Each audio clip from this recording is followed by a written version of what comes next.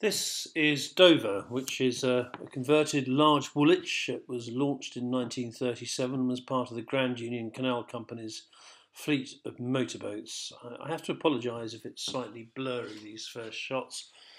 Unfortunately, the boat's not here, so I can't go and retake them. But it gives it that sort of soft focus, 1930s look. That's my excuse. Dover was converted. In fact, it was done for a television series back in about 2006, I think, on ITV, in which they took this old working boat and completely refurbished it and then fitted it out, but retaining its working boat looks. In here there's a Russell Newbery DM2. The original engine would have been a National, but they were contracted anyway by Russell Newbery, pretty much the same engine as the original.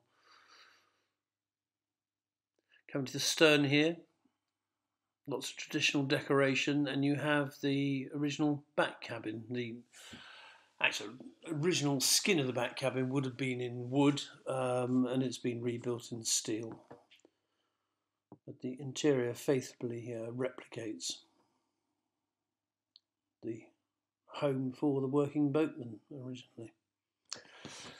Coming inside the well deck at the fore end of the boat, you can see you've got bench seats either side, storage beneath them,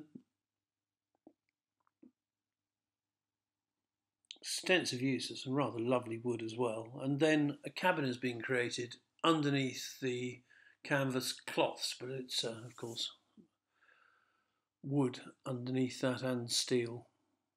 Corner of the saloon, you can see there's a multi-fuel stove there, and you've got this settee which also will make into a double berth and a television mount on the wall too, and beyond this an L-shaped dinette.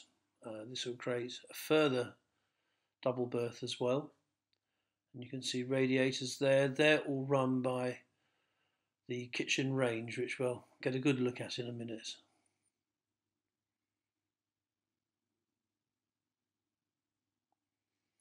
And here it is in a rather striking colour of sky blue, I suppose you might call it. It's a Heritage Duo. This is a twin burner. You have one set of burners that will do all the cooking for you, the hot plates and the oven and so forth, and the other burner will do the hot water and the central heating.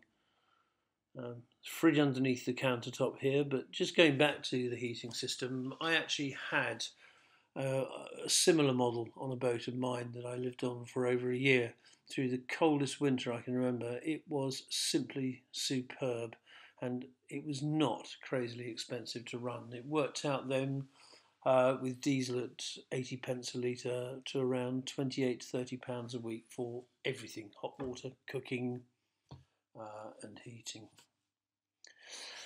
Coming on beyond the galley, you have a walk-through bathroom area. You've got a sort of wet room shower on one side, and on this side you've got a pump-out WC, decent-sized heated towel rail, and a fashionable countertop sink as well.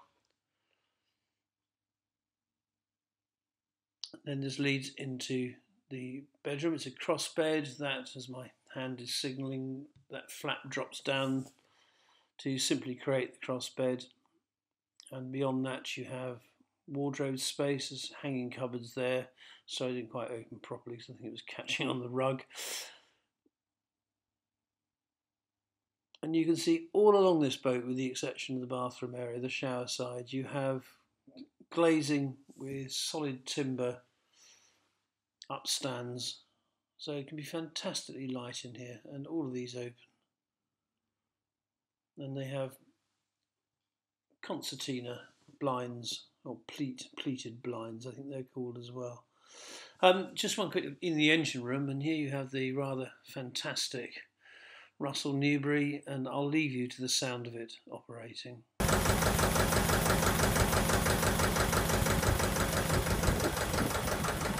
So for a full colour brochure, layout plan and photo gallery, go to rugbyboats.co.uk.